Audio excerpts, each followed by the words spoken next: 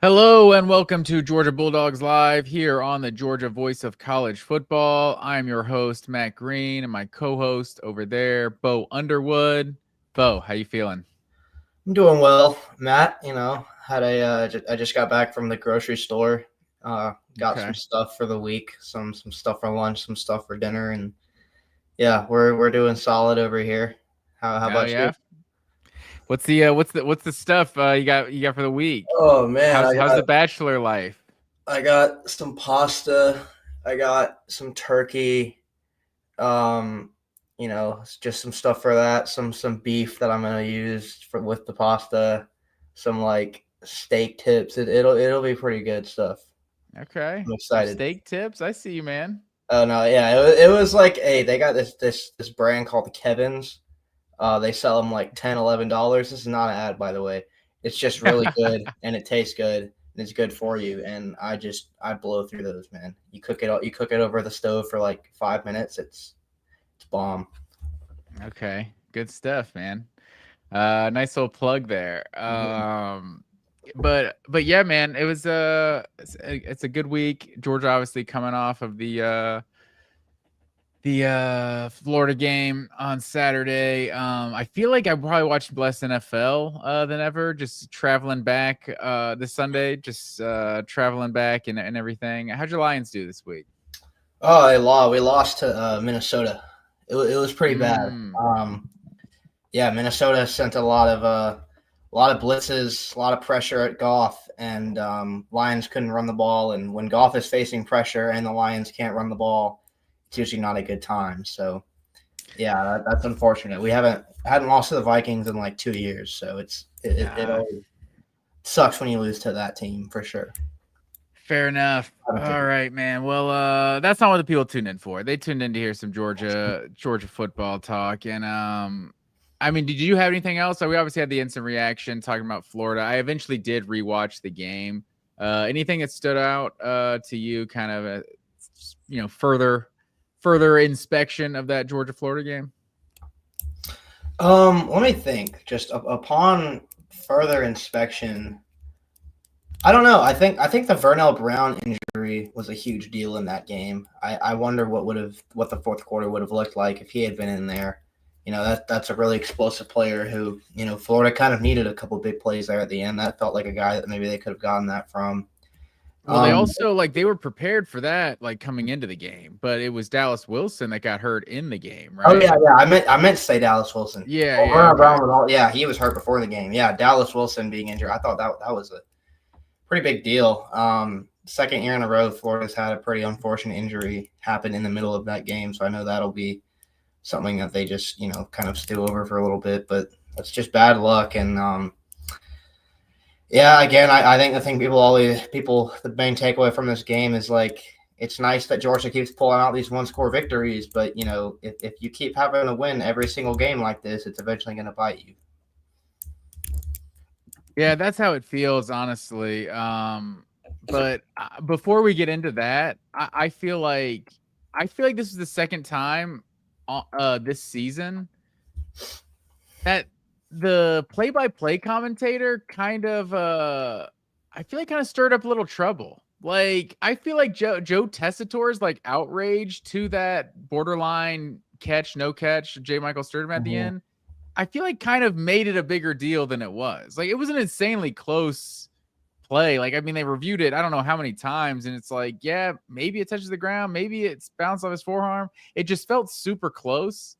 And I don't know, the outrage of Tessitore kind of that shocked me when I rewatched it. Just kind of how he's like clearly makes the catch like it was just this awful call. Kind of the same way Sean McDonough was with the Jackson Arnold goal line play. That's like this is insanely close. Like that's why they're reviewing it for like 5 minutes, and he's just like, I don't know what the refs are seeing. It's like they're seeing that the ball didn't get cross the goal line. Like it was I don't know. It was I almost felt like the play-by-play announcer influenced kind of the narrative coming out of the game. Maybe they did a little bit, or maybe we're just homers, and those both were like the two worst calls of all time, and everyone in the world can see it except for us. But yeah, I agree. That's not how I felt about that Florida play. I thought it was really close.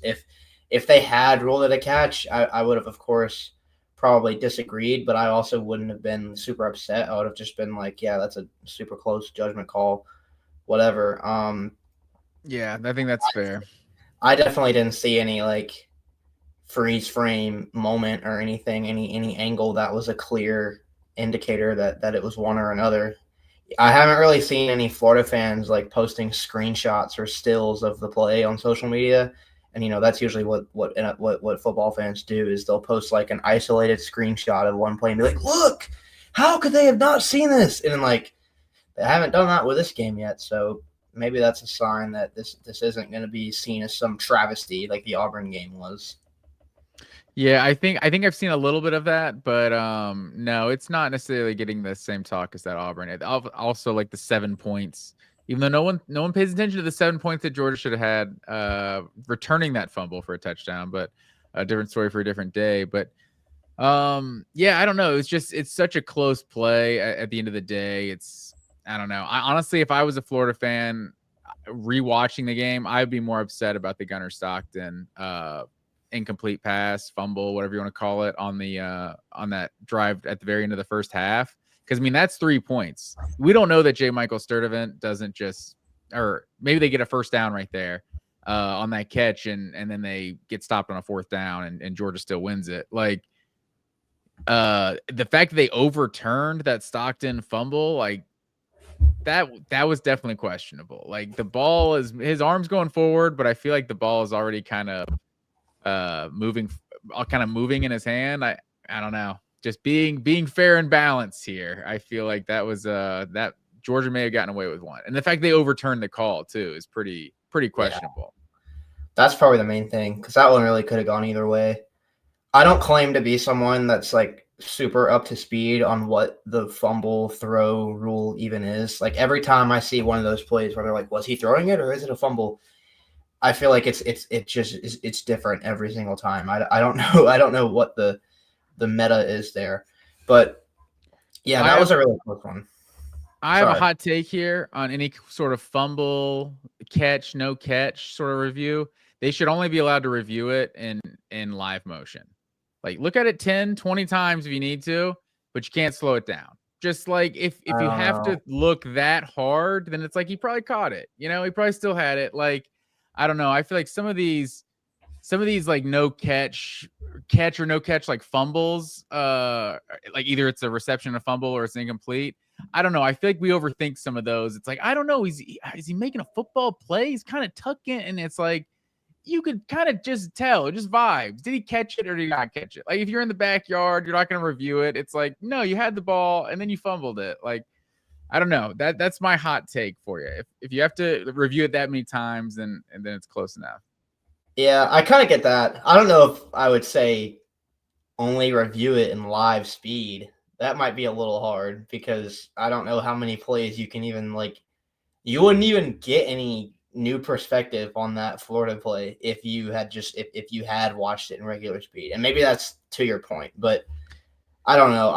You know what they say, you can make anything look like a fumble or looking like whatever you want to make it look like when you slow it down that much and everything. You go back to that like Ohio State Clemson play from the playoff. Yes, that's a great example. So yeah, I definitely get that, and it's annoying because those catch rules and those fumble rules are such judgment calls all the time when it's a tuck rule thing or a catch thing, whatever. It's annoying. It slows the game down. Nobody really knows what a catch is or what the refs want to call a catch. Just kind of is what it is, and yeah, I don't blame Florida fans for kind of feeling like they got robbed on that one because it probably could have been a fumble, man. Yeah, it's kind of like how like Major League Baseball, when they first introduced the replay, it's like they forgot what the transfer rule was. It's like once you're like breaking it down in slow motion, you're like looking at a shortstop, like, well, the ball's only kind of in his glove for like 1/10 of a second. It's like, yeah, because that's how he's always played shortstop, because he gets that shit out of his glove like immediately. Like, yeah, he caught it and then he dropped it on the transfer. He didn't just drop the toss, when you're turning a double play. Yeah. But yeah, it's like they had to get in, like chime in like halfway through that season, like, okay, we're calling this wrong. Like let's fix this. But But yeah, I don't know. That's just like one little pet peeve I have, I guess. But yeah, in terms of what you were saying in general, I feel like this has been kind of a common talking point after this game is Georgia's 5 out of their 6 SEC games have been fourth quarter comebacks. And is this sustainable for this team, like competing or winning a national championship? Like, what's your first thought? No, it's not sustainable. I understand that Georgia plays in a tough league and a tough conference where in the SEC, a few plays is often the difference between winning or losing a game. But I think if you're having to play from behind in the fourth quarter every single game, like by definition, you're going to lose, right? How many times do we see a team, whether it's maybe I'm wrong to use this pro comparison, but college or pro, there are so many teams I feel like we see that have this great luck and great success in one score games, and then they get to the playoffs and they run into a team that's just not going to let them hang around in the fourth quarter the same way some of these other teams are, and they get beat. And that's kind of what happened to Georgia last year. I mean, Georgia last year had a bunch of, it wasn't maybe as many as this year, but they had some one-score games and some games in the fourth quarter that they really had to pull out and pull away. And then they got to the playoff against Notre Dame, who's a well-coached, disciplined team with an NFL caliber defense almost. And they just weren't going for that. That just wasn't – they weren't able to come back because Notre Dame just didn't allow them to do that. And I think sooner or later Georgia is just going to run into a situation like that. If they keep having to come back in the fourth quarter, you can do it a lot of times, and you can be a really tough, resilient group that never says die. You can be the cardiac kids, I think is what Kirby Smart called them. You can be that, and that's fun, and it's exhilarating. But those teams always meet their end eventually. I don't think anyone ever made 15 straight fourth quarter comebacks in the season and won the championship. No, that doesn't happen. Eventually, you need to start being comfortable in the fourth quarter and not having to play for your season every time. I just don't think that's a sustainable way if you have to do that every single week. Yeah, I think that's fair. And I mean, we should say they did lose one of those games where, it came down to getting stopped on a fourth down. You didn't execute perfectly in the fourth quarter and you end up losing one of those games. So that is how small the margin is. Well, if you allow the margin to be that small, right? There's no room for error. So, yeah, I think that's fair. I think my take when it comes to it is that I just don't really care. Like, I think there's just, with what the college football season has become, it's just like a 12-team playoff is just such a crapshoot. Like, maybe it's not a crapshoot. Maybe it was really poorly seeded last year. But with how I think it's going to be a crapshoot, with how even the SEC is this year is any tell for how competitive the playoff is going to be. Like, I think you just got to get in the tournament at the end of the day. Like, I think, yeah, if we're judging Georgia based on old standards, I feel like it's almost like a 2010s standard, because it seemed like in the 2000s you could have a team like this. You could have a 2002 Ohio State that just every single game they played, they had to escape at the end, and they beat Purdue 10-3 or something that year. And then still found a way to win the national championship. Went undefeated and won the national championship. I think 2006 Florida was a similar team. They just played so many gritty, tough games, and it's that seasoned them for the postseason. And they played an Ohio State team that hadn't really faced that level of physicality all year. I think we're kind of going back to that. It's 2010s was, I don't know, it was the decade of dynasties. It kind of felt like, and you had to be a powerhouse if you were going to, for a couple of years, if you were ever going to win a national championship. Now it just feels like, I don't know, man, just find a way to get in the playoff. Any given Saturday, not to sound cliche, I'm not going to think the team on the opposite sideline is just better than Georgia. Can they lose any of these games? Sure. But I don't think they're going to be just overmatched, because, I mean, you think about how people are talking about Alabama right now, they're kind of talking about Alabama like they're in a different class than Georgia. I would say probably nationally, right? I think perception.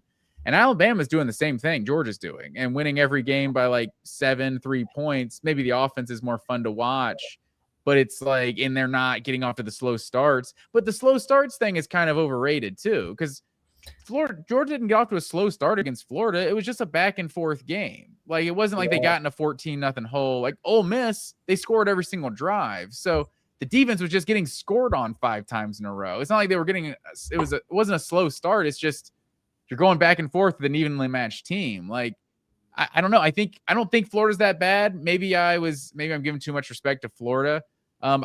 There's a reason that was like a 7-point spread, right? Like, Ole Miss is a top 10 team that Georgia beat. Like, Tennessee is barely hanging on to the top 25, but like Alabama is the team that's kind of being talked about. Obviously, A&M is still undefeated, but Alabama, I don't think is getting the same critiques as a national title contender that Georgia's getting. And Georgia had this team. If they're not aggressive and go for a touchdown late in the fourth quarter, like they at least tie it at 24 and they play a fourth quarter tied. Maybe it goes to overtime, but it's like that's a very winnable game is all I'm saying in terms of Georgia playing Alabama. And, you know, I'm never going to believe that the best team in the SEC isn't close to as good as the best team in the country. You know, like they're never going to be that outmatched with anyone else if you can be the best team in the SEC. And right now it appears the best teams in the SEC are kind of all right there together. I feel like it's definitely a fair point to just be like, you know, the college football landscape as a whole has changed and there's more parity now and every team is just generally closer in terms of skill level than in years past. That's definitely fair. Like, and maybe I am kind of comparing Georgia to previous Georgia teams, which I can't really do because they weren't constructed the same way or just with the same means. But I just feel like, and like, yes, other teams play one-score games too. I don't think anybody's saying that Georgia's the only team in the country that has one-score games. But 5 of their last 6 SEC games have been one-score games, and the only one that wasn't was against like the most hopeless team in the conference. So I think if that's the case and literally every single game you're playing winds up close and you're winning all of them except for one of them, like, yes, that there's something to be said about that. Georgia deserves so much credit for the way that they're coached and the way their players are wired, where they can be in the fourth quarter, you know, in a close game, trailing, whatever, tied, and they genuinely still go out there and every single play they think that they can win and they win. Like that's huge, and that does serve you well in the postseason. And there's no doubt in my mind that it will. But I just keep going back to, like, if every single game you play is like that, like, your success, luck, whatever you want to call it in these one-score games, you can create your own luck a lot, but at a certain point, you are just going to kind of regress toward the mean. Like, no team is going to win, like, well, watch me say this, and then Georgia, you know, makes a fourth quarter comeback every game from here on out, wins the natty, knock on wood, right? But, like, I just don't think there's any team that's going to win that game every single time. And I think eventually Georgia, if they find themselves having a amount of comeback every game, oh, we got to go on a drive. We got to put 2 drives together. We got to get a drive. Then we got to get a stop. And then we got to go on another drive. Eventually, it's just not going to play out that way and in their favor. And I just think that's when they're going to come up short. Yeah, and the Kansas City Chiefs were this team a year ago, right? It wasn't every single game. Every single game. And they got all the way to the Super Bowl. Yes, but then they got smacked by a team that wasn't going to let them hang around anymore. Or like, but is that because that style isn't sustainable, or do they just come up against a team that's way better than them? I think it's both. I think it's not sustainable when you're up against a team that's way better than you. Yeah. And there are teams that if Georgia makes a deep playoff run, they're going to play a team in the playoff that's better than them eventually. It's going to happen.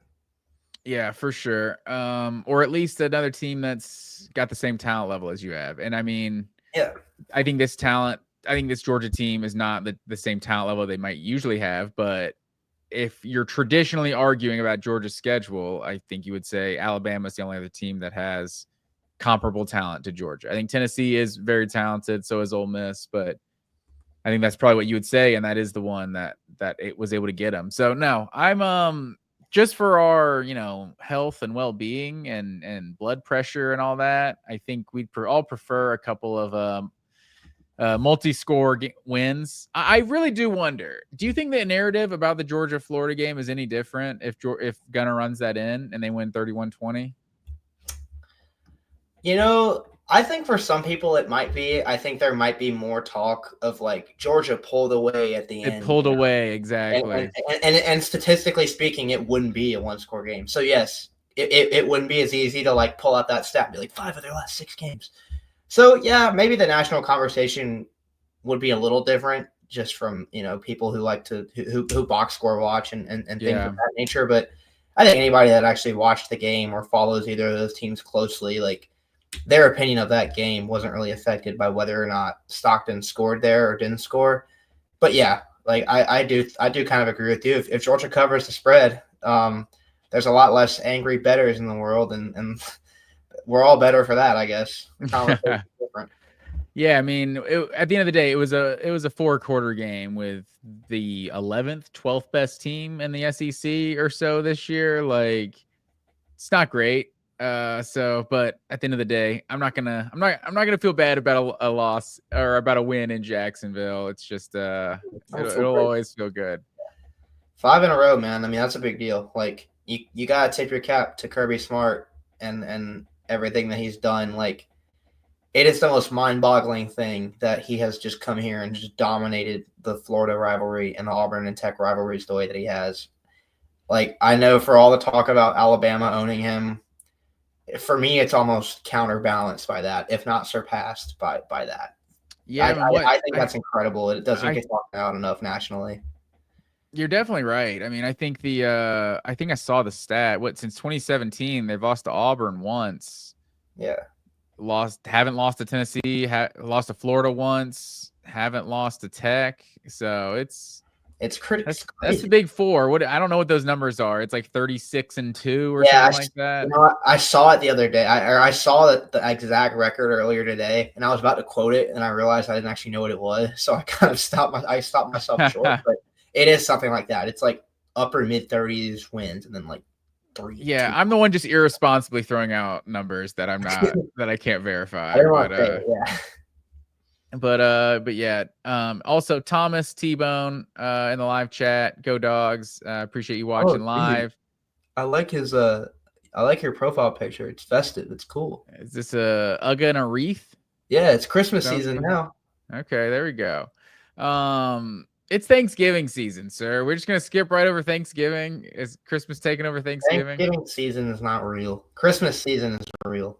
Yeah, that's true. Thanksgiving isn't a vibe around town. No, there's no Thanksgiving spirit. It's a vibe when it gets there. Like it's great. Like that week, going down to grandma's house, like that's awesome. Don't get me wrong. I love Thanksgiving. I love the Lions play every year. It's my favorite. That's fair.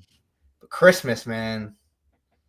Nobody like Christmas is different. Christmas takes over the whole month, whole 2 months, if you ask me. Absolutely. It's definitely built different. Yeah. Okay. So that kind of leads me into the SEC power rankings. So let me throw my my power rankings. These are, I'm not speaking for Bo over here. So this is Bo's first reaction to my SEC power rankings here. I had Florida at 11.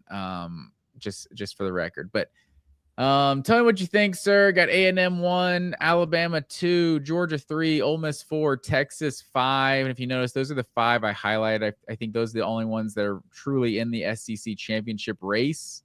With all due respect to the Oklahoma Sooners, those are only teams that have 1 loss or fewer that are remaining in conference play.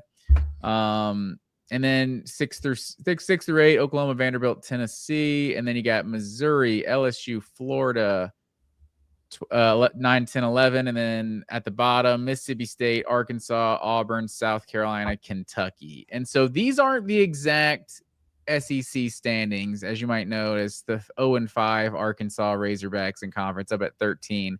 But I did this based on who do I want to play the least, essentially. And I feel like that's kind of where my power ranking is. Arkansas, they did just. I would rather play at Mississippi State than at Arkansas, even though they did just beat them last week. I just think Arkansas is a dangerous team with that offense. But At 0-5, you can only put them so high. But any thoughts on this, sir? Or what are your first thoughts on this? You and I are both big Arkansas truthers, so I'm with you there. Yeah, I think the top 5 mostly tracks. A&M, you've got to have A&M at one. Well, there are some Alabama fans I'm sure would definitely make the case for the Crimson Tide being number 1, and I wouldn't really fault them for that. They have probably the biggest resume win of anybody in the SEC with Georgia, but A&M also got the win over Notre Dame. That was a huge one for them, and they're undefeated. They've played a bunch of good SEC teams, and they're undefeated as well. So yeah, Georgia over Ole Miss because of the head-to-head. I get that. Texas back in the top 5. Yeah, they look very dangerous right now. I know that they almost completely collapsed against Vanderbilt last week. That was a crazy game, but pulled it out. I would have Tennessee above Vanderbilt. I would much rather play Vanderbilt than play Tennessee. Tennessee is really scary to me. I know they just lost, and that was a really tough loss for them and everything, but their offense is just so dangerous, and I don't know. And then like the back half, let me see.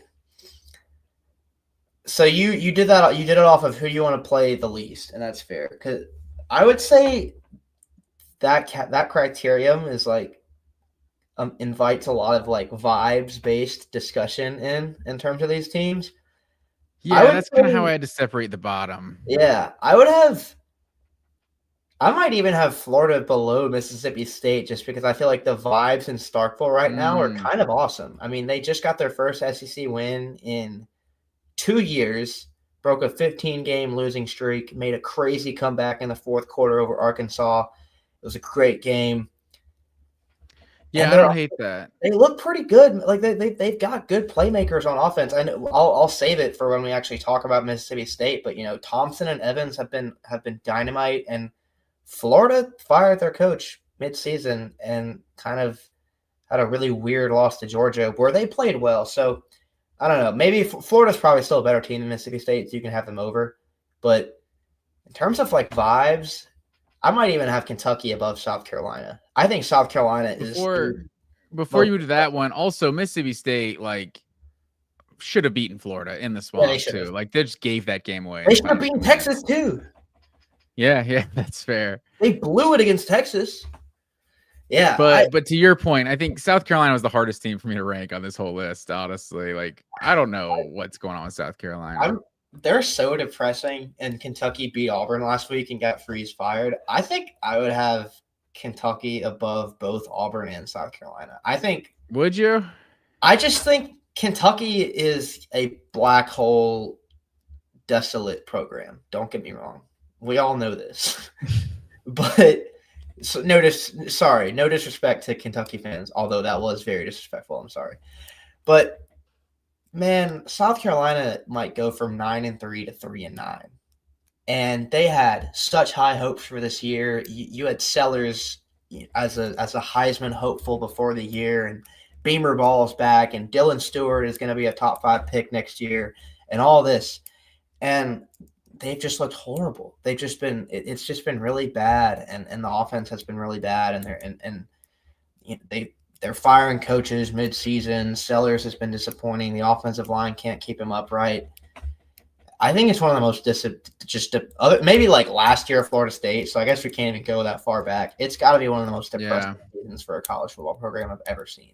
And Auburn's almost right up there too, because Auburn doesn't even have a bad team. South Carolina, at least like it was a top-heavy roster that got kind of exposed for being just bad.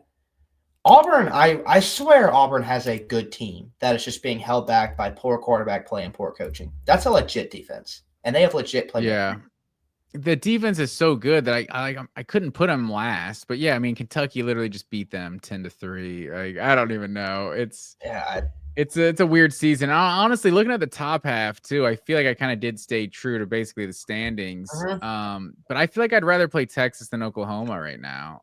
Personally, I think Oklahoma's defense is better.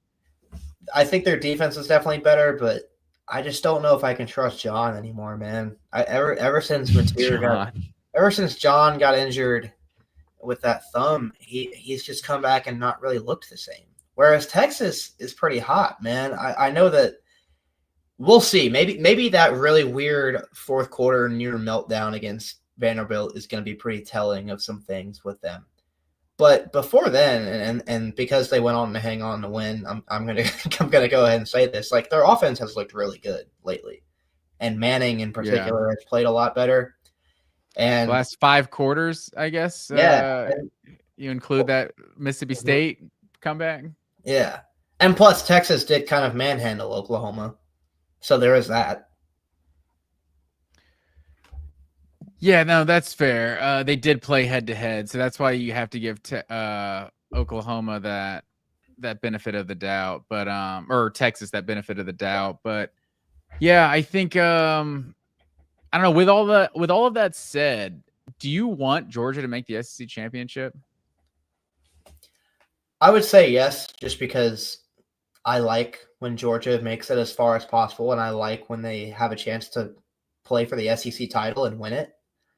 So yes, I just as a Georgia guy, as a Georgia watcher, I would like to, but I understand the tactical reasons for not making it, because I what's the risk is that Georgia maybe drops one of these to Tech or Clemson or Clemson. They lose to Georgia Tech or lose to Texas or even Mississippi State or even Charlotte, and then all of a sudden they're a 2-loss team, and then they make the SEC championship game somehow. Then they lose, and they're a 3-loss team. That would ostensibly just knock them out of the playoff altogether, right? But to that, I would just say, don't lose like 2 out of your last 3 games. You don't deserve to make it anyway if you do that. So I do want Georgia to make the SEC title game, yes, just because I want them to win it. I would like to be SEC champions. I will agree with that, but I say that again. Flaming take, I know. Exactly. I think I'm at the point that I don't want Georgia to be in the SEC championship this year. Just with how we're just talking about how sustainable they're just getting in these battles are every year, every week. It's I don't know. I would just rather we'll know after 12 games, we'll know what this team is made of. You know what I mean? They're going to play enough legit opponents that we're going to know what this team's made of. They're basically guaranteed a home playoff game. If they go 11-1, they're guaranteed at worst a home playoff game, because depending on how things shake out, they could be ranked 4th in the country and miss out. If they're 11-1, they're literally ranked 5th right now. So they could be a top 4 seed without even playing in the SEC championship game. So it's really weird how all of a sudden last year the playoff committee determined you can't punish someone for a conference championship loss. I don't know if they'll keep that same precedent, but sure as hell punished Auburn for a conference championship loss in 2017 and rewarded a team who didn't play for the conference title in Alabama. So I don't know what the precedent is on it, but right now I think if we're projecting on conference championship weekend, it's number 1 versus number 2 in the Big Ten and number 3 versus number 4 in the SEC. And I don't know if that changes after the championship weekend. That's true. And I like wanting a playoff game in Sanford is also a very valid reason. But I also think that your point about, having too many one-score games and not needing another battle like that is valid. But I also kind of think at that point, if they really do make it through this just gauntlet of a regular season where they're having to play their hearts out every game to get a win, and then they get to the SEC title game, I think at that point they'll just be bring it. That's kind of what we saw last year. They were coming off of this insane marathon gladiator cinematic victory over Georgia Tech. Just one of the most ridiculous games in college football ever. They'll write sonnets about that game, And at that point, it was Georgia was, it's the end of a Jason Bourne movie or something, where it's his suit is, or a superhero movie where his suit is just tattered, destroyed. It's in shambles, face all dirty, blood dripping down the nose. And at that point, you're just bring it. I can do this all day. And think that's the kind of sickos that Georgia has on their team, and we saw that exact thing play out last year. So if Georgia were to make it to the SEC title game this year, I really think that they'd be able to win, barring some crazy injury circumstances, not unlike the ones that we saw last year. I think at that point they'd be able to win that game against anyone. No, and that is fair. I guess maybe it's because I'm not a believer that they would win when they get to Atlanta. Maybe I'm doubting this Georgia team. But yeah, I don't know. I think especially look at last year. Like, I think the SEC championship is what cost Georgia a chance to win the national championship a year ago. Like, with all due respect to Gunner, I think Gunner's gotten a lot better this year than we saw when the guy we saw against Texas and Notre Dame. He looked solid against Texas, but what did we score? 14 points in the second half. It's not like we had some sort of amazing performance in the second half. It was like 2 touchdown drives, right? Like 16-16 going to the fourth quarter or going to overtime. He threw a bad pick there at the end too. And he threw a bad pick. Yeah. So, it was. He did. I mean, I swear, I know he had the fumble against Notre Dame, but Gunner played well enough to win against Notre Dame. Yeah, and maybe that's fair, but I think whatever your opinions are of Carson Beck, like, without Georgia's starting quarterback, I think they were worse a year ago. And the SEC championship is what cost Georgia their starting quarterback, So if they're just able to get healthy after being this battle tested for 12 weeks, like, it's not a terrible thing.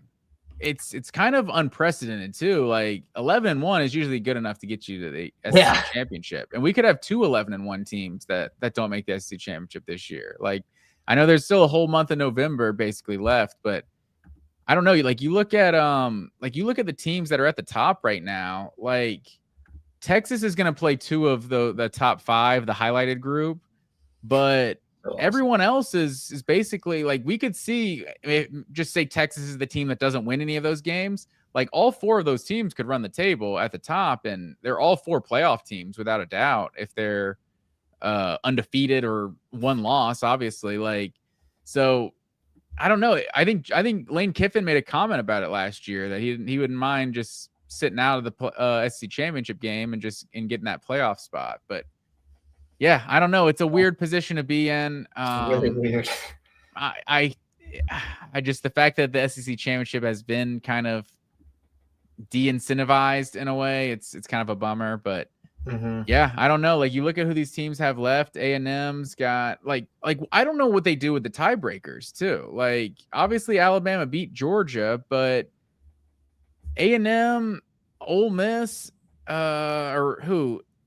Alabama, Georgia, and A&M, Georgia, and Ole Miss. None of them. Shit. Throw it out what I'm saying. Georgia played Ole Miss, but a lot of these teams have not played each other. A&M and Alabama will have gone the entire regular season without playing each other. Alabama didn't play Ole Miss. Georgia didn't play A&M. Georgia never plays A&M. They might not ever play A&M. Still not convinced. But yeah, it's a weird year. I think A&M is definitely in the driver's seat. They got at Missouri this week, and then at Texas to end the season. Texas is definitely the wild card. They've been written off, and they're probably in control of their own destiny, right? I guess if they beat A&M and beat Georgia, they'd have a tiebreaker over both of those teams. With the other loss being out of conference. So I'm not sure how. When we get to Alabama, Ole Miss, and Texas all having 1 conference loss or something, like, I don't know what the hell the SEC is going to do about that. Yeah. They had to go to multiple tiebreakers a year ago, right? There's multiple teams with 2 conference losses, or did Georgia end up being like the only one that had 2? Is that what it was? A&M or Texas had 1 conference loss, and we had 2. I don't know. The fact that there can be 2 11-1 teams in the SEC that missed the title game is the most insane thing ever. And A&M's really good, and so I don't want this to be like me saying that they play a weak schedule or something and that they're benefiting from that unfairly, but I just really wish that they would have played one of Bama, Georgia, or Ole Miss, because that would just be a really fun game to watch. I mean, from an entertainment standpoint, it would just be awesome. Much less, it would save us the headache of all these tiebreakers and all of this. Well, because of this, the SEC is crazy this year, and I think the top 4 teams and the top 5 teams. I think Texas is really good too. I think those are all really good teams. I just wish that there was some more crossover in the regular season so that we would just know more, you know? Yeah, because like there of all the years, like Ole Miss is sitting here and they could be looking at A&M and Alabama in the SEC championship and two teams that they'd never played the entire regular season, and that's not how the SEC has typically worked through the years. It's like as much as Georgia fans complained in 2007 that like they were one of the best teams in the country by the end of it, you just couldn't really argue because Tennessee was in the SEC championship and you had a loss to Tennessee in like week 4 or whatever it was, and it just you had to deal with it. But like if those same stipulations, you know, those same like stakes were there, and those two you didn't play either of those two teams, it'd be really it'd be easy to be really salty about that, even though they obviously have the loss to Georgia, who's ahead of them. But yeah, I don't know. It's an interesting year. I'm curious to see what they do for the these conference races. Yeah, it'll be crazy. That A&M Texas game should be like, I know God forbid say on this show, but if Texas beats Georgia and they've got an undefeated A&M squad in the regular season, oh my goodness. Even if they lose to Georgia, that's going to be such a huge game. It'll be cool. Yeah, if Texas and Georgia can afford to lose one. So if Texas, I think that's the most interesting scenario, like in terms of creating the most eyeballs on the most SEC teams, I think is Texas beating Georgia, because 10-2 Georgia is guaranteed in the playoff. And then you create this scenario of Texas A&M in the last game of the season, and the drama getting 5 teams in the playoff or however many the SEC could get. Be nuts, dude. Could get a little crazy. Yeah, that would be insane. And I obviously would like Georgia to just beat Texas and not have that be a possibility. But either way, it'll be really fun to watch that A&M team get really tested, because they've passed every test they've had this year, and they've beaten some really good teams. But it'll be fun to see them get one more just right before the postseason starts. Yeah, and that was shit, I forgot what I was gonna say, but I'm with you, man. It's gonna. Oh yeah, what I was gonna say was my opinion was from like a drama, probably neutral fan perspective, not from a Georgia fan perspective. We do not want to lose to Texas. Let's go ahead and keep that undefeated record against the Longhorns. But let's not get ahead of ourselves, sir. Texas Longhorns, that is next week. The Longhorns will be coming off a bye against when they get to play the Dogs. But this week, the Dogs are going to play the Bulldogs, not the DAWGS. There you go. Spelling's hard. But Georgia's going to play the Mississippi State Bulldogs in Starkville. And I don't think this is going to be an easy game. You look at who Mississippi State's played this year, the games they've given to Tennessee, the game, like we said, with Florida that they should have won, Texas that they should have won. I mean, there's probably arguments that they should have won Tennessee as well. So finally get their first conference win. So you see the stats on the screen here, 2025 against Power 4 teams. They're 2-4 this year. The other win out of conference being to Arizona State. Georgia, the only Power 4 competition they've played has been in the conference this year. They're 5-1.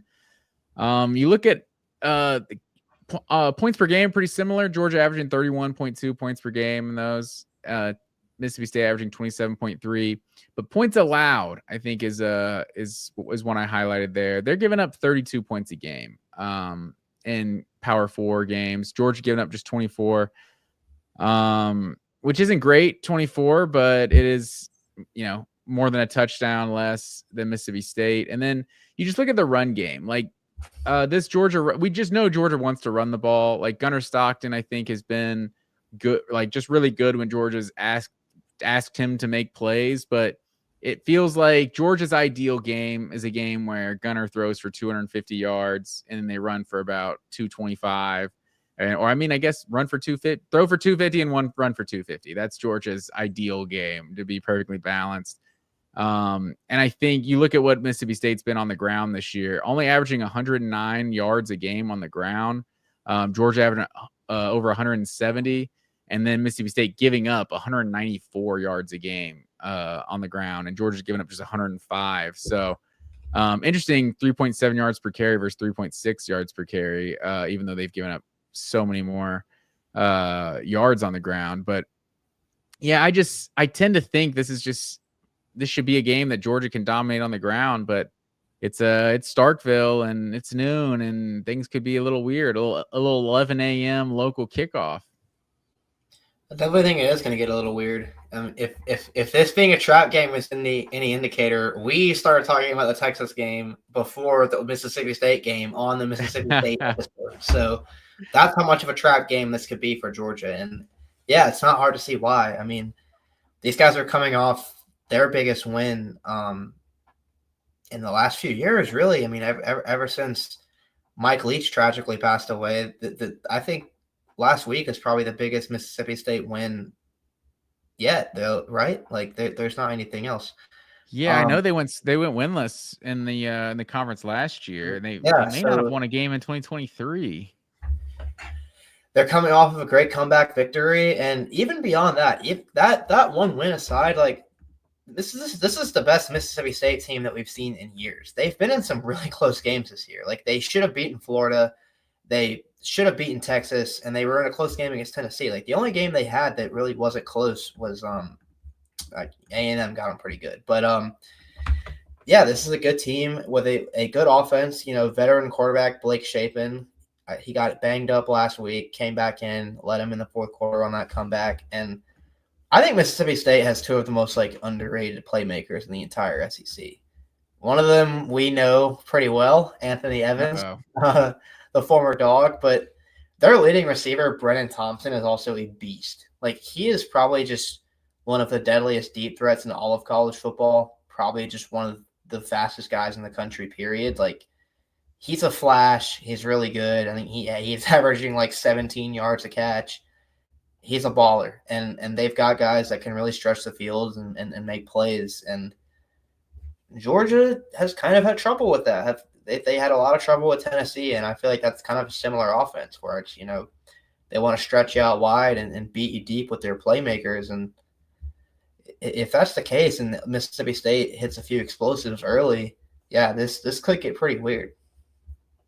Yeah, and they have an experienced quarterback too that can get the ball to these playmakers. Like he's a good, not great, but he can definitely have a game where he can go off on you. What do you have that game? You have 4 touchdowns, no picks, I think, against somebody a couple weeks ago.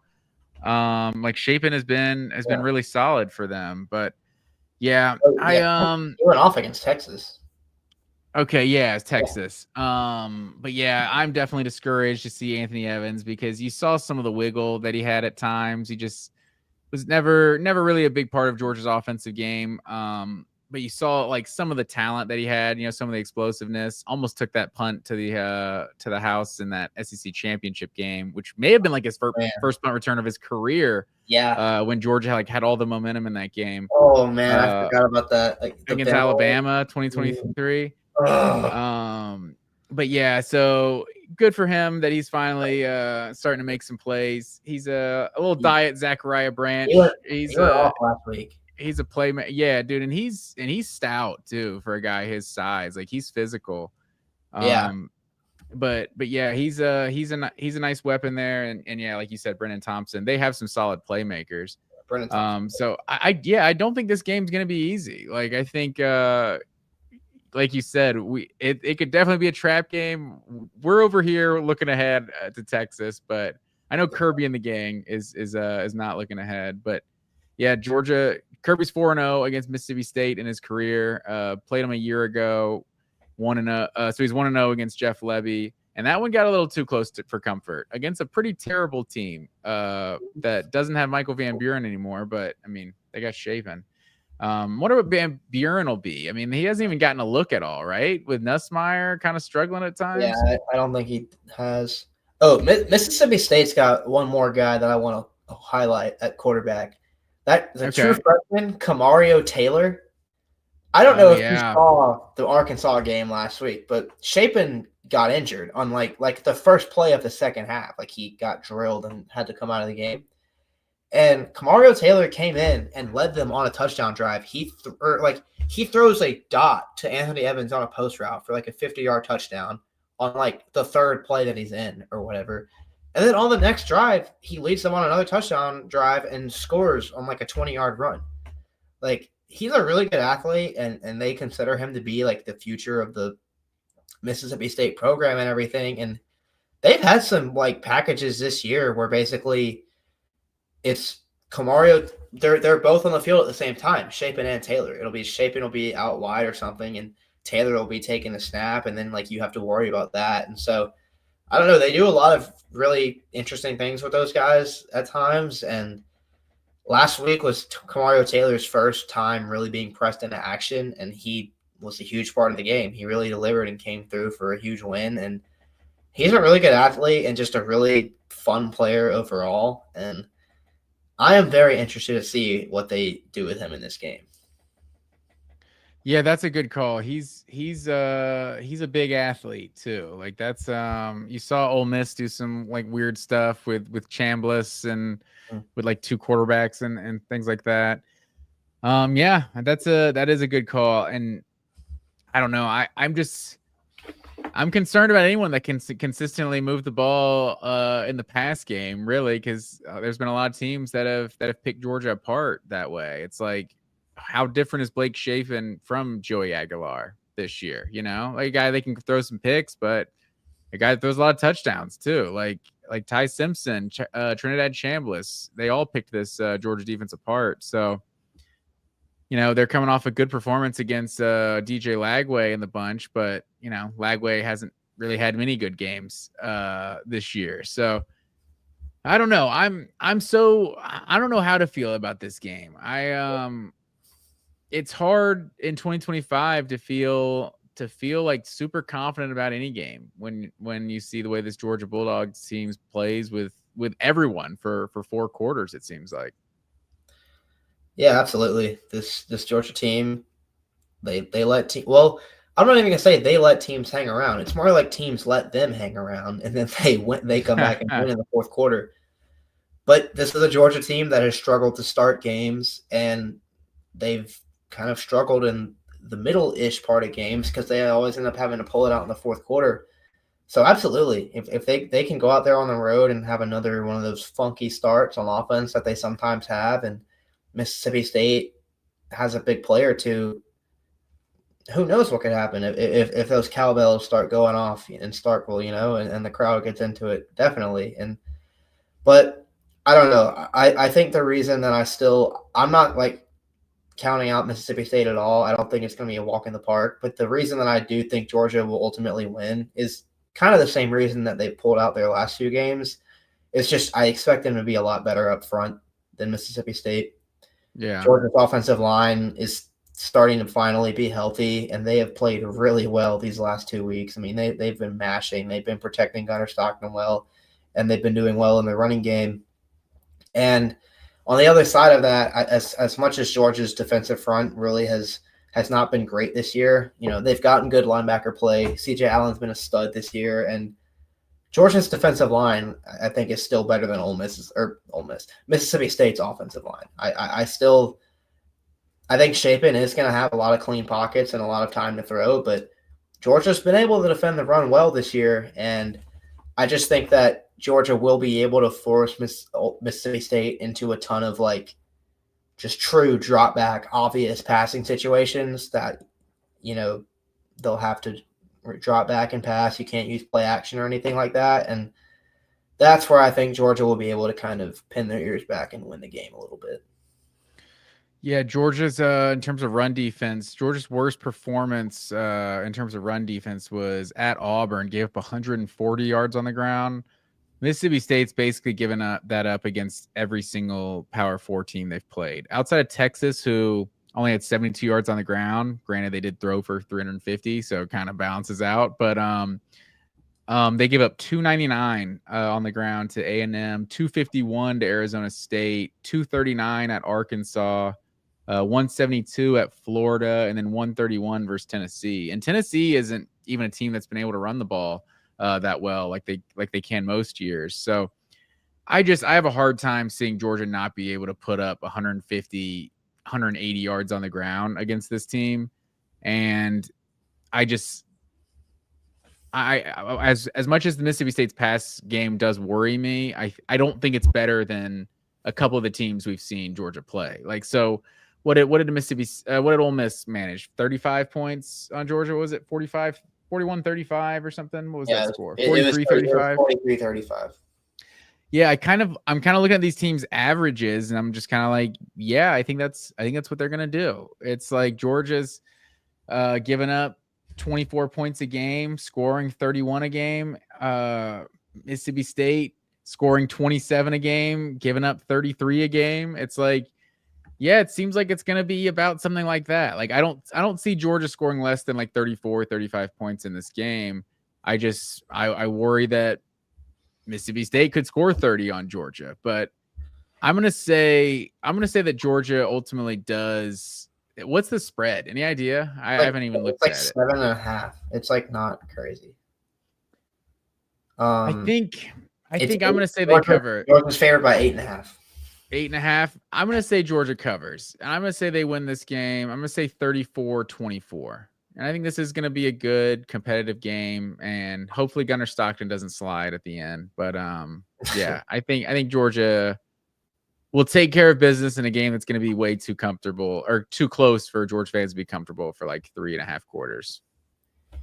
Yeah, 34-24 is a good call. I agree with you. I think Mississippi State is going to be able to score points in this game just because they've really been able to do that all year. Like they've been a good offense through the air, but I think Georgia will make them one-dimensional in a way that Mississippi State will not be able to do to Georgia.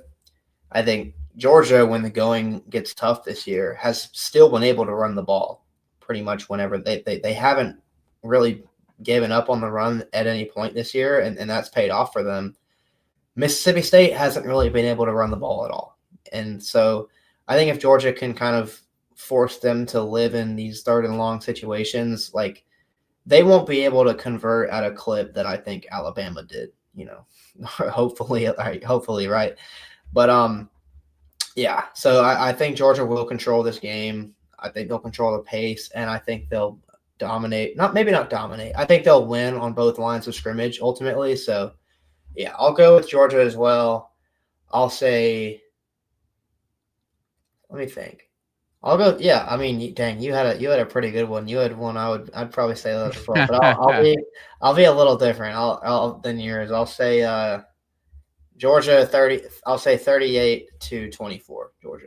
So I got them a little more than you do, but yeah, and I think there is a scenario where Georgia can dominate this game. Like, I mean, it is Mississippi State. They're not one of the better teams in the conference. It's just, it feels like we've seen this offense look like kind of unstoppable at times, and then they'll go 2 quarters, not without being able to get a first down or something. Like it's kind of weird with what this team has been. But I think you made a good point that it goes back to my original point earlier of just kind of this team being judged like just incorrectly.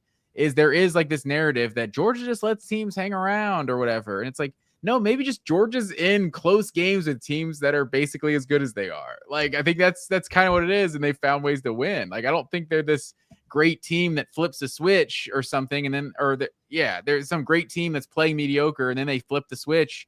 I think they're just kind of playing close games with evenly matched teams, and then they make enough plays at the end to win. Like, I don't know. Am I wrong? Florida and Auburn really like on Georgia's level, though? Those teams have losing records. They shouldn't be, but the SEC, I mean, look at Auburn. What Auburn's done all season, though. Like, A&M's the number 3 team in the country. They lost like 16-10. I agree with you that Georgia is maybe the close games thing is like misrepresented by the media, but I don't think it's because they're just in close games with teams that are evenly matched. You can't say Florida and Auburn are evenly matched with Georgia. No, but I guess you're probably right. I guess I'm just saying Georgia's not as good as people think they are. So it's like, it's not like it's some juggernaut that's playing with their food. It's like, no, there's just this team that's not that great that's finding ways to win, I agree with that. It's just the Georgia reputation kind of precedes them, but Yeah. Like it's football, college. They don't have a Dead Star team like they had in 2022. That's just not the reality anymore. And we've been saying it all year. The pass rush isn't the same. The guys just aren't the same up there. So yeah, but no, yeah, that's definitely what it is. It's just the Georgia name. People expect them to go out there and dominate because that's what they've done and that's what they expect themselves to do. And that just hasn't been the case this year. But Yeah. nobody's And I would also dominating anybody this year.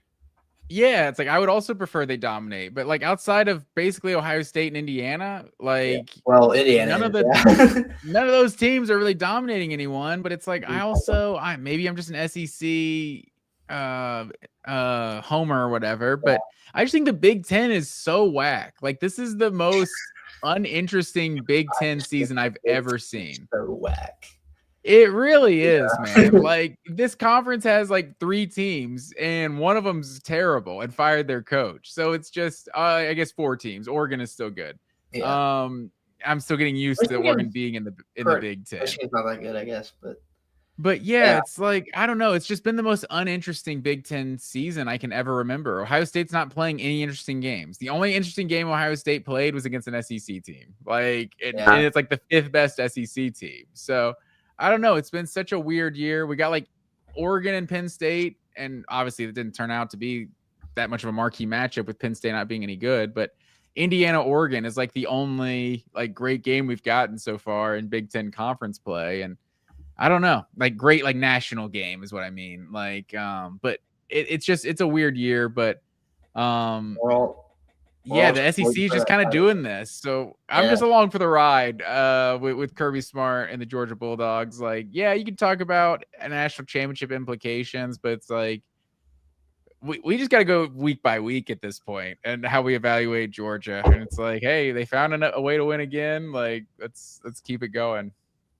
Yeah, I think with the Big Ten thing, like I get it's been kind of holistically the Big Ten has been a little bit boring this year. But maybe the most fun development of the entire college football season, if I can be real, has been thinking that, maybe they were just this 1 year Cinderella run at the playoff and, they lost some of their guys and this year it won't be the same. And maybe their coach is just kind of a personality who had a great first year, but all of his guys from his old school left and everything. But no, realizing that like, oh shit, like, Indiana's like actually really good. Like they're even better than they were last year. That's been like the most fun thing of the entire year. So I guess this Big Ten regular season, we're just waiting for the whole thing to get out of the way so they can play Ohio State in the Big Ten championship. Because that's the first time in a while that the Big Ten championship is even interesting. It's usually just like, oh, who's Ohio State going to beat? I mean, it was Oregon Penn State last year was what, like number 1 versus number 3 or something, I think. Like that was a good game. Yeah, but no, that's fair. I mean, we're like waiting to get to the Big Ten championship to figure out how good Ohio State. I mean, I'm really waiting to the playoff to figure out how good Ohio State and Indiana are because it feels like they've been so untested in conference play this whole year. But it'll at least be fun, and that's what'll be kind of lame as we get this epic like Indiana Ohio State game, and they just kind of rank them 1 and 2 in the playoff after that, and it's like, okay, so we had this amazing game that did absolutely nothing to determine who wins the championship. But I know people are gonna load management in the conference championship. Is that the next, oh my god, no, that's the next step? Ooh, it's gonna happen. Some team is gonna realize we got this locked up, but I don't know. I think that's the thing though. Maybe some coach will do this, but I think the great coaches have too much pride in winning championships and stuff like that to do that. That's fair, but you could be playing chess. Like, you don't give Ohio State a look. You look real vanilla, and then you play them in the playoff, and then you have an extra gear. That would be unfortunate, but yeah. I don't know. Let's for sure. They're doing the PFP rankings right now. Yeah, let's not talk doomsday. Oh yeah, let's have they announced already? Oh, before we get to that, it's live right now. Georgia Tech is 17th, Vanderbilt 16th. Oh, Texas 11, Oklahoma 12. Oh wow, it's happening now. Okay. Yeah, it's happening right now. I was gonna talk here. Let's let that happen. Let's go to the other SEC games. Let's real quick, rapid fire. Only a handful of games this week. So we both picked Georgia because we were homers over Mississippi State by multiple scores. We'll see if that comes back to haunt us. A&M at Missouri, sir. A&M 6.5-point favorite on the road at Mizzou. Any chance Mizzou shocks the world, upsets Missouri, or upsets Texas A&M? I think there's a chance. I think it'll be a tough game. Missouri's a really good team, but I still trust A&M to keep rolling. They've just taken care of business in every single game they've played this year, and I think that'll continue on the road. That'll be a tough road win, but I think they can do it. Missouri's kind of, I don't know. They've had a good year and they've been a good team, but I think they've tapered off a little bit lately. Yeah, I think I'm with you, and I think they're starting a true freshman quarterback in this one too. First career start, I believe. Yeah, I think A&M goes on the road and takes care of business. I'll say they cover as well. Then Auburn at Vanderbilt. Vandy's a 6.5-point favorite over Auburn. What if How Auburn you feeling? wins? I'm going to take Vanderbilt to win. Of course, I mean Auburn is just everything's just kind of shot with them right now. It's just not going well. The vibes are just really bad. I know they fired Freeze, and maybe that'll make them play good. You know, last week we were talking about interim coaching and how sometimes that can light a fire under you, but right now everything just seems too depressing around there, and Vanderbilt is coming off an emotional loss. I think they'll get right. Yeah, I'm with you. I'm gonna take Vanderbilt. I feel like the vibes are just terrible, and at Auburn right now, losing to Kentucky is just unacceptable. I'll take Vanderbilt as well. And then what do we have left? LSU at Alabama. Any chance LSU can shock the world in Tuscaloosa? Alabama 10.5-point favorite in this one. No, I'm afraid not. I guess that's another team playing with an interim for the first time, right? Because they were off last week, weren't they? LSU. Oh yeah, that's right. They were off last week. So it'll be their first game without BK and everything. But again, Bama is a team. They owned LSU in that last game, destroyed them last year when LSU actually had some momentum going into it. So I think this year it'll be. They might not beat them nearly as bad as they did last year, but I think it'll be kind of comparable to that. I hate when I'm really not looking forward to the LSU Bama game. This is the last one we get for a while. I know. For years, you know. Oh, that's fair. The last annual LSU Alabama game. Mm-hmm. Yeah, I think I'm with you. Alabama's had a way of not really blowing out most teams this year, but I tend to think they take care of business with LSU. So yeah, I'll say they win by 14 or something. I think I'm with you. And then Florida at Kentucky. Florida is actually a 3.5-point favorite on the road. Yeah, Kentucky winning 2 in a row, or are you going Florida? Ooh, see, Kentucky coming off a big win, got another coach fired. That's always fun to do, I guess. No, Florida's a better team though. Florida's got to get that win. You know, they played a great game against Georgia and just didn't make a few plays, and that ended up being the difference in that one. You play a great game against Kentucky, you will win, and I think that's what they'll do.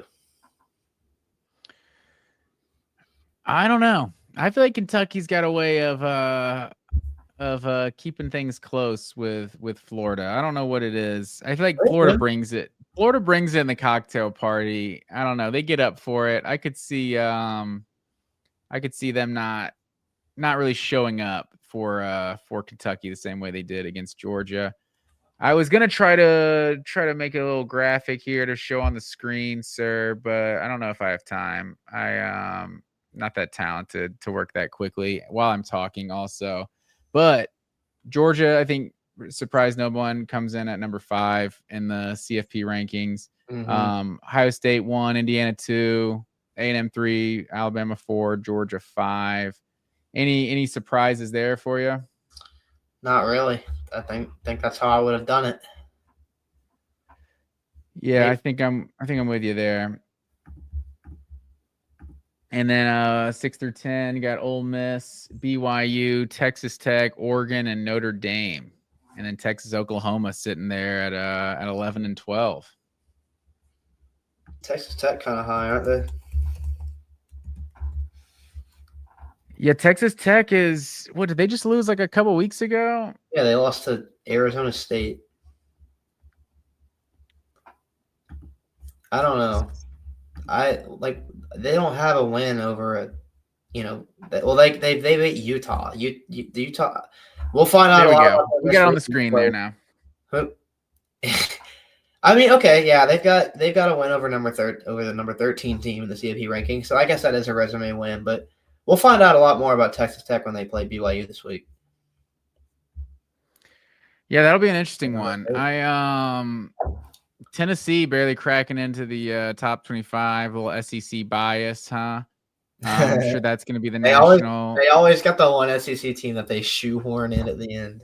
Yeah, and I think that's always the tricky place to look in the rankings is like 21 to 25. It feels like that's where they can try to juice someone's resume or something. It's like, look, they got multiple ranked wins. Like maybe we're juicing Alabama's resume, huh? Maybe Missouri and Tennessee, just throw them in there as ranked wins. But no, I think I don't really have much of an argument for any of this up there. Like seeing Miami all the way down at 18 is kind of wild. So they're two losses and they're at 18, and Tech with one loss is at 17. That's a little interesting to me, especially behind Vandy with 2 losses as well. I don't know. It's interesting how quick everyone jumped off the Georgia Tech bandwagon. Like they're still like the same team. I feel like they were, but with a kind of questionable resume. But I don't know. They're pretty solid. But yeah, one loss, they go from 7 to 17. I mean, when you lose the luster of being undefeated, people start looking back at your resume. And with Tech, I just think people realize that they haven't beaten a very good team yet, or really even a good one. And so it was like, wait a minute. You also should have lost to Wake Forest, so that's kind of, I guess, where the tech backlash came from, if you want to call it that. But hey, they've got a chance to win everybody back at the end of November. For sure. And there's obviously a lot of time left in the season. Who knows how it'll finish out. But I think this is the last year that we see an SEC like just loaded at the top. Like 4 of the top 6 in the SEC.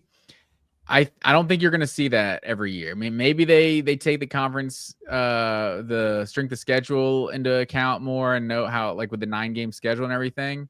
But there's not going to be many years where there's 4 teams in the top 6 and only 2 games between the 2 of them. Like Georgia played Alabama and Georgia played Ole Miss. But other than that, those teams are going to go the whole year without playing each other.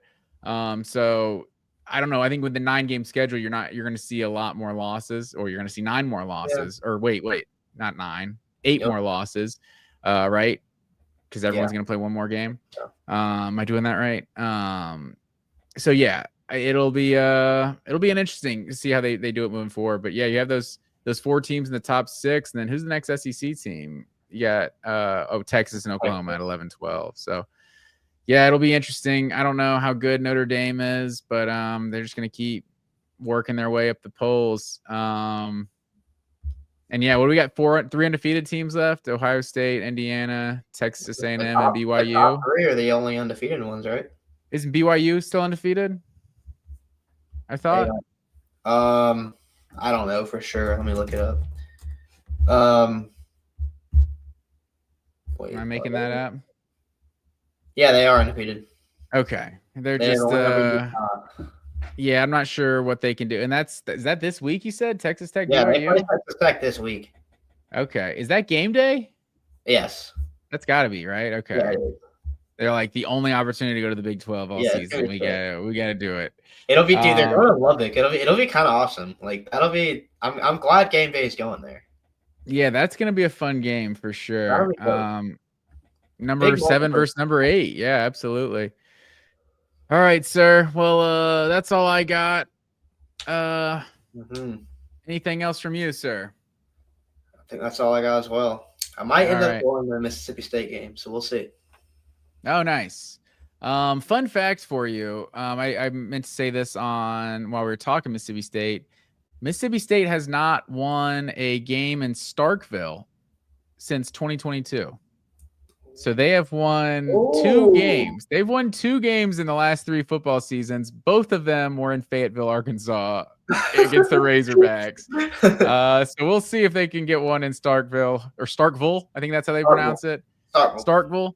We'll see if Georgia can get that one on Saturday. Hopefully they can. Good chance the Bulldogs win that game, regardless of who you're rooting for. So but that's all I got. Yeah, let me know if you go to the game, man. That'll be awesome. Make the trip out to I might go up with a few buddies. It kind of came together really randomly today, so we'll see if it actually we go through with it. Who knows?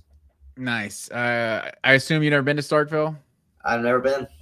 Good stuff. No, I still need to make that trip. All the SEC stadiums are on my bucket list for sure. Need to start knocking a few more of those off, but that's all I got. I appreciate everyone who tuned in live, everyone who's watching the channel. Please like, share, subscribe, all that good stuff. And as always, go Dogs. Go Dogs.